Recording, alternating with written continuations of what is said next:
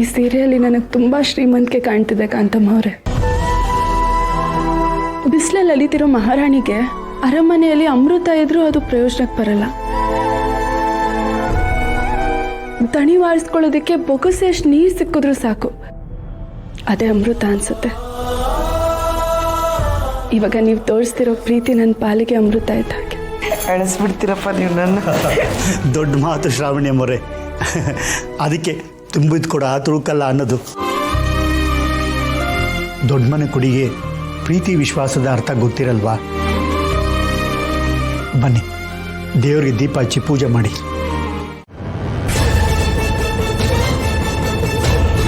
ನಿನ್ನ ಹತ್ರ ಮಾತಾಡೋದು ತುಂಬ ಇದೆ ಸುಬ್ಬು, ಆದರೆ ಮಾತಾಡೋಕ್ಕೆ ಅವಕಾಶ ಸಿಕ್ಕಿಲ್ಲ. ಈಗ ನೀನು ಮಾತಾಡುವಂಥ ಮನಸ್ಥಿತಿಯಲ್ಲೂ ಇಲ್ಲ. ತಗೋ.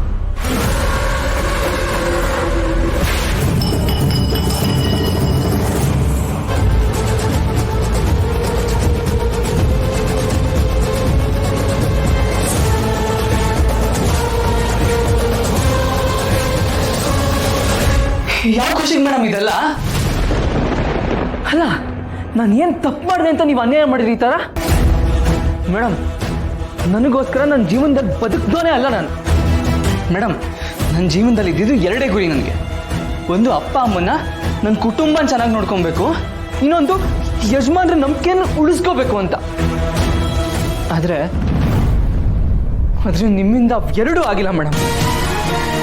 ಮುಗೀತು ಮೇಡಮ್, ನನ್ನ ಬದುಕೇ ಮುಗ್ದೋಯ್ತು ಮೇಡಮ್. ಮದುವೆ ಮಂಟಪದಲ್ಲಿ ಯಜಮಾನ್ರ ಕಣ್ಣಲ್ಲಿ ಇದ್ದಿದ್ದ ಕೋಪ, ಮನೇಲಿ ಫಾರಿನ್ ಮದುವೆ ನಡೆದಿಲ್ಲ ಅಂತ ಅವ್ರ ಕಣ್ಣಲ್ಲಿ ಇದ್ದಿದ್ದ ನೀರು, ಇದೆಲ್ಲ ನೋಡಿದ್ಮೇಲೆ ನನಗೆ ಬದುಕ ಮೇಲೆ ಇದ್ದಿದ್ದು ಆಸೆಗಳೇ ಹೊರಟೋಯ್ತು ಮೇಡಮ್. ನನ್ನ ಜೀವನನೇ ಕೊಂದ್ಬಿಟ್ರಿ ಮೇಡಮ್. ನಮ್ಮ ಮನೆ ಪರಿಸ್ಥಿತಿ ಏನಾಗ್ತಿದೆ ಅಂತ ನೋಡ್ತಿದ್ದೀರಾ ಅಲ್ವಾ? ತಂಗಿ ಮದುವೆ ನಿಂತೋಯ್ತು. ಅಮ್ಮ ನನ್ನ ಹೊಟ್ಟೆಲಿ ಯಾಕೆ ಹುಟ್ಟಿದೆ ಅಂತ ಕೇಳ್ತಾ ಇದ್ದಾರೆ. ಇಂಥ ಮಗ ಈ ಮನೇಲಿ ಹುಟ್ಟಿರೋದಕ್ಕೆ ಮನೆಯವರೆಲ್ಲರೂ ಕಣ್ಣೀರಲ್ಲಿ ಕೈ ತೊಳಿತಾ ಇದ್ದಾರೆ ಮೇಡಮ್. ಇದಕ್ಕೆಲ್ಲ ಕಾರಣ ನೀವೇ ಮೇಡಮ್. ಇದಕ್ಕೆಲ್ಲ ಕಾರಣ ನೀವೇ. ಬೇಡಪ್ಪ, ಬೇಡವೇ ಬೇಡ. ನೀವು ಆಡೋ ಯಾವ ಮಾತುಗಳಿಂದನೂ ನಮ್ಮ ಮನೇಲಿ ಆಗಿರೋ ಸಮಸ್ಯೆಗೆ ಪರಿಹಾರ ಸಿಗೋದಿಲ್ಲ. ದೊಡ್ಡ ಮನೆ ಮೇಲಿರೋ ಗೌರವಕ್ಕೋಸ್ಕರ, ಯಜಮಾನ್ರ ಮೇಲಿರೋ ಭಕ್ತಿಗೋಸ್ಕರ ನಾನು ಯಾವಾಗಲೂ ನಿಮ್ಮ ಜೊತೆನೇ ಇರ್ತಿದ್ದೆ.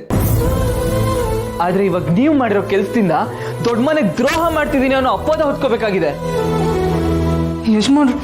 ಯಜಮಾನ್ರು ನಂಬಿಕೆ ಕಳ್ಕೊಂಡು ನಂಬಿಕೆ ದ್ರೋಹಿ ಅನ್ಸ್ಕೋಬೇಕಾಗಿದೆ ಮೇಡಮ್. ಹೀಗೆಲ್ಲ ಆಗುತ್ತೆ ನನ್ನ ಬದುಕಲ್ಲಿ ಅಂತ ನನ್ನ ಕನಸಲ್ಲೂ ಅನ್ಕೊಂಡಿರ್ಲಿಲ್ಲ ಮೇಡಮ್. ನಾನು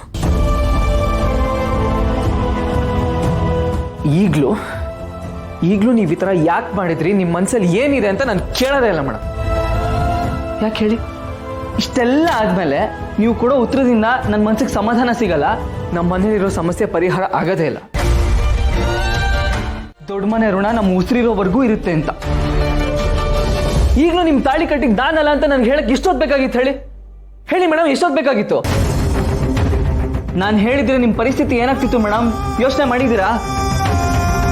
ಏನಕ್ಕೆ ಹೇಳಿಲ್ಲ ಗೊತ್ತಾ? ನಾನು ನಿಮಗೆ ಮಾತು ಕೊಟ್ಬಿಟ್ಟಿದ್ದೀನಲ್ವಾ, ಅದೇನೇ ಆದರೂ ಎಂಥ ಪರಿಸ್ಥಿತಿ ಇದ್ರೂ ನಾನು ನಿಮ್ಮ ಜೊತೆನೇ ಇರ್ತೀನಿ ಅಂತ. ಈಗಲೂ ನಿಮ್ಮ ಜೊತೆನೇ ಇರ್ತೀನಿ ಮೇಡಮ್. ಅದೇನೇ ಆದರೂ ನಿಮ್ಮ ಜೊತೆನೇ ಇರ್ತೀನಿ. ಆದರೆ ಗಂಡನಾಗಲ್ಲ. ಅಪ್ಪ ನಿಮ್ಮನ್ನು ಸೊಸೆ ಅಂತ ಒಪ್ಕೊಂಡಿರ್ಬೋದು, ಆದರೆ ಸುಬ್ರಹ್ಮಣ್ಯ ಮಾತ್ರ ನಿಮ್ಮ ಹೆಂಡತಿ ಅಂತ ಒಪ್ಕೊಳ್ಳೋಕೆ ಸಾಧ್ಯನೇ ಇಲ್ಲ. ಪ್ರಪಂಚದ ದೃಷ್ಟಿಲಿ ನೀವು ನನ್ನ ಹೆಂಡತಿ ಆಗಿರ್ಬೋದು ಮೇಡಮ್, ಆದರೆ ನನ್ನ ದೃಷ್ಟಿಲಿ ನೀವು ಯಾವಾಗಲೂ ದೊಡ್ಡ ಮನೆ ಕುಡಿನೇ ಯಜಮಾನ್ರ ಮಗಳೇ.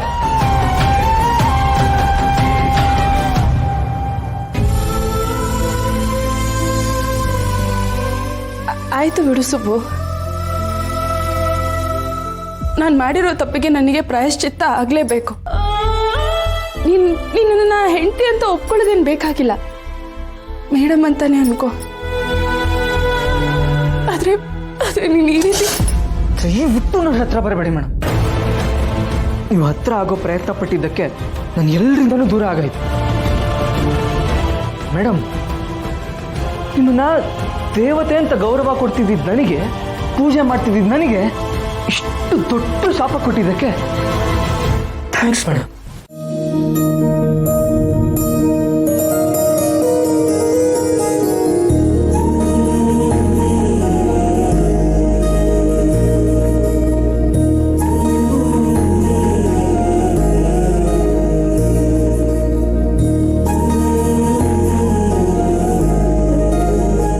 ದೇವ್ರೆ, ಈ ಯಜಮಾನ್ರು ನನ್ನ ಬಗ್ಗೆ ತುಂಬ ತಪ್ಪು ತಿಳ್ಕೊಂಡಿದ್ದಾರೆ.